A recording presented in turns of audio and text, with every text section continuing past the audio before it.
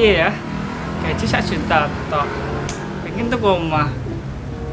Terus carane iso tuku omah piye ya? Ngepet ra mungkin, maling ra mungkin. Gaji 1 juta. Pengen tuh omah. Hmm. Ngene. Ra usah dolan, ra usah ngemol, ra usah mangan sampai omahmu ke tuku.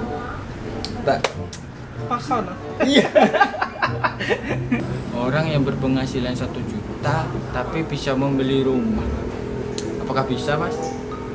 Nah, itu caranya gimana? Babi ngepet.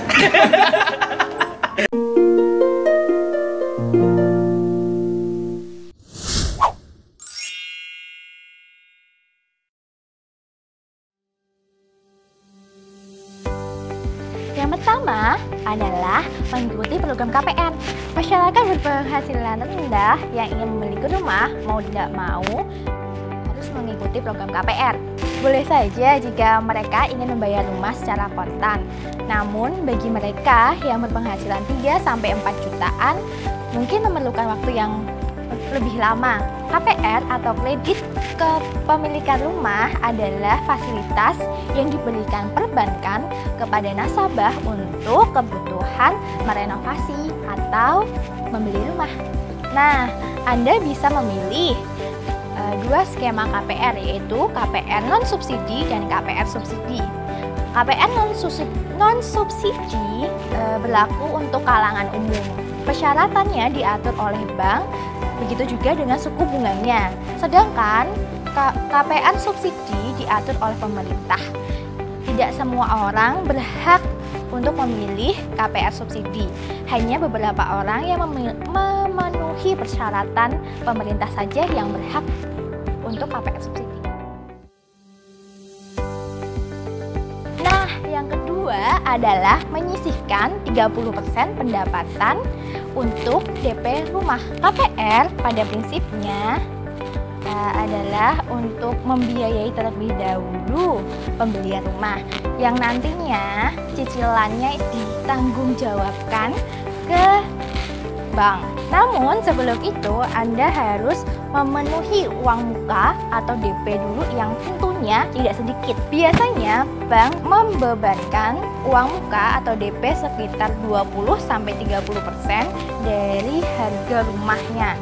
Misalnya nih, Anda ingin membeli rumah seharga 400 juta. Jadi Anda tuh harus membayar DP sebesar 80-120 juta. Nah, cara terbaik untuk membayar DP adalah menyisihkan 30% pendapatan Anda mulai dari sekarang.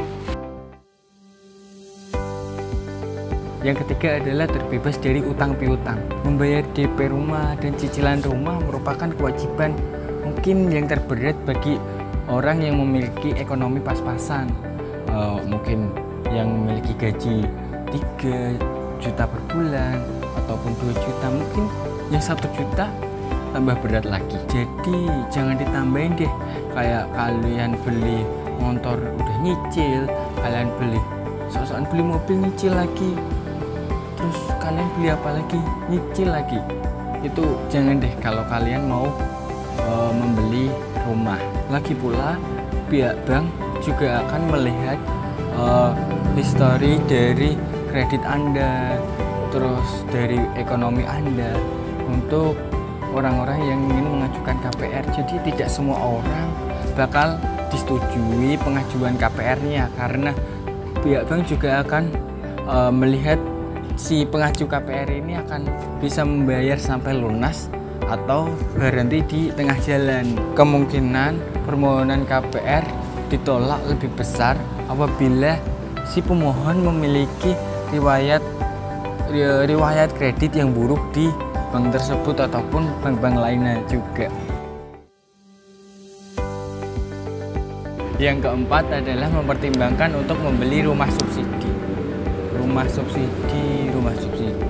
Jika cicilan Anda ingin cepat selesai, Anda mungkin bisa mempertimbangkan untuk membeli rumah dengan harga murah.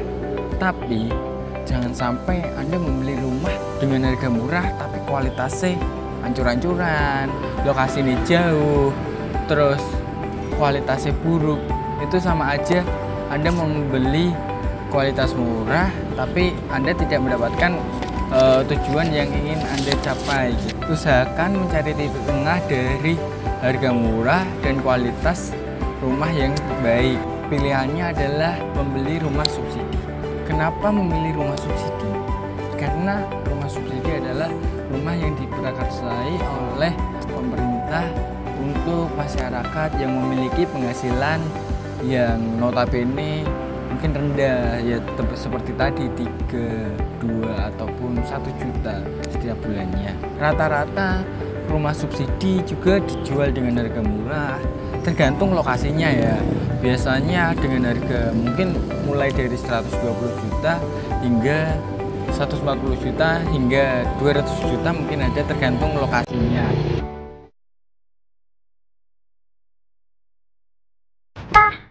Yang kelima, mengubah gaya hidup agar tidak boros. Anda memiliki 70% pendapatan untuk memenuhi kebutuhan sehari-hari, mulai dari belanja pakaian, makanan, transportasi, sampai hiburan. Manfaatkanlah anggaran ini sebaik-baiknya. Jangan sampai mengganggu tabungan yang ada di pos, DP, dan cicilan rumah. Bila perlu, Anda menerapkan gaya hidup hemat mulai dari sekarang.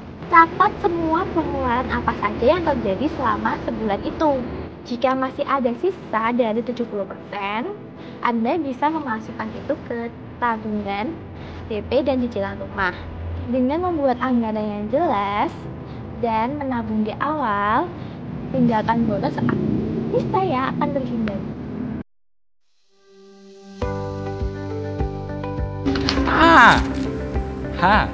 Yang keenam adalah menentukan besaran cicilan yang harus kalian bayarkan.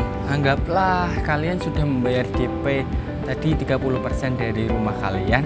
Sekarang kalian tinggal membayar cicilannya. Jadi saat membayar cicilan, kalian itu kalau bisa tidak lebih dari 30% dari pendapatan kalian, agar kalian tetap bisa memenuhi kebutuhan kehidupan sehari-hari kalian. Contohnya nih, semisal pendapatan kalian itu 4 juta, ya minimal kalian membayar itu 1–1,5 juta untuk menyicil rumah di setiap bulannya. Kalian bisa memperkecil cicilannya dengan cara memperlama masa pembayarannya mungkin 20 hingga 30 tahun yang akan datang. Tapi siapa yang mau coba 20 hingga 30 tahun kalian tetap bayar cicilan, dan itu jadi beban pikiran kan nggak bakal kan. Jadi intinya adalah pendapatan kecil bukan menjadi halangan untuk mendapatkan rumah impian. Yang penting kalian sabar dalam menabung, karena menabung itu adalah sebuah proses, bukan hal yang untuk dipercepat. Jadi semoga cara-cara yang kita berikan kali ini bermanfaat untuk kalian-kalian para anak muda yang memulai menabung, menyicil rumah. Semoga apa yang kalian harapkan, apa yang kalian impikan dengan rumah kalian itu dapat segera terwujud.